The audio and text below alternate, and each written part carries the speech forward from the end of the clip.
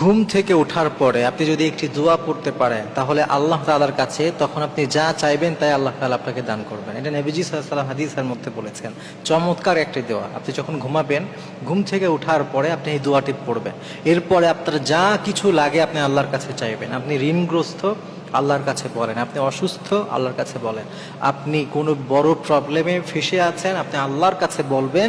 আল্লাহ তাআলা আপনার সেই প্রবলেমের সমাধান ইনশাআল্লাহ তাআলা সলিউশন আল্লাহ তাআলা বের করে দিবেন, যদি আপনি ঘুম থেকে ওঠার পরে এই দোয়ার আমল করতে পারেন। নবী সাল্লাল্লাহু আলাইহি ওয়াসাল্লাম চমৎকার বলেছেন যে লা ইলাহা ইল্লাল্লাহ ওয়াহদাহু লা শারীকা লাহ লাহুল মুলকু ওয়া লাহুল হামদু ওয়া হুয়া আলা কুল্লি শাইইন কাদির। এটা সর্বপ্রথম ঘুম থেকে উঠে পড়বেন। নবী সাল্লাল্লাহু আলাইহি ওয়াসাল্লাম বলছেন এটা পড়ার পরে আপনি পড়বেন আলহামদুলিল্লাহ, সুবহানাল্লাহ, আলহামদুলিল্লাহ, আল্লাহু আকবার, লা হাওলা ওয়ালা কুওয়াতা ইল্লা বিল্লাহ। এই যে দোয়াটুকু আছে, প্রথমে ওইটা পড়বেন, এরপরে এটা। এতটুকু পড়ার পরে নবী সাল্লাল্লাহু আলাইহি ওয়াসাল্লাম বলছেন এরপরে যদি সে হাত তুলে আল্লাহর কাছে দোয়া করে, আল্লাহ তার দোয়া কবুল করবে।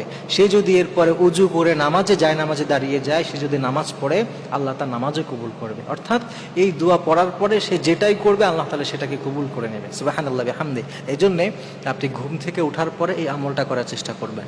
ঘুম থেকে উঠে আপনার মাথায় হাজারো টেনশন চলে আসে যে হায় রে, আমার তো আজকে অমুক জায়গায় ঋণের টাকা পরিশোধ করার কথা, আমার তো অমুক জায়গায় এটা করার কথা, আজকে তো আমার এই প্রবলেম ফেস করতে হবে। কত রকমের টেনশন আমাদের মাথার মধ্যে ঘুরতে থাকে।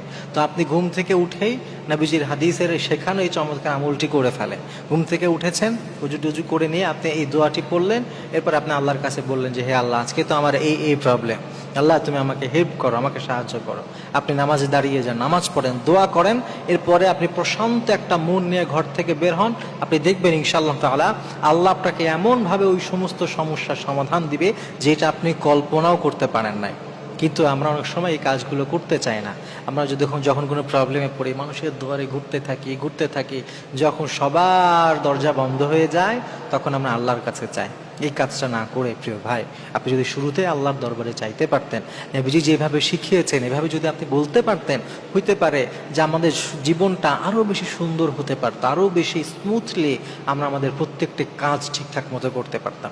এজন্যে নবীজির দোয়া, নবীজির শেখানো এই আমল, এইটা আমরা আমাদের লাইফে ইনশাআল্লাহ তাআলা বাস্তবায়ন করার চেষ্টা করব।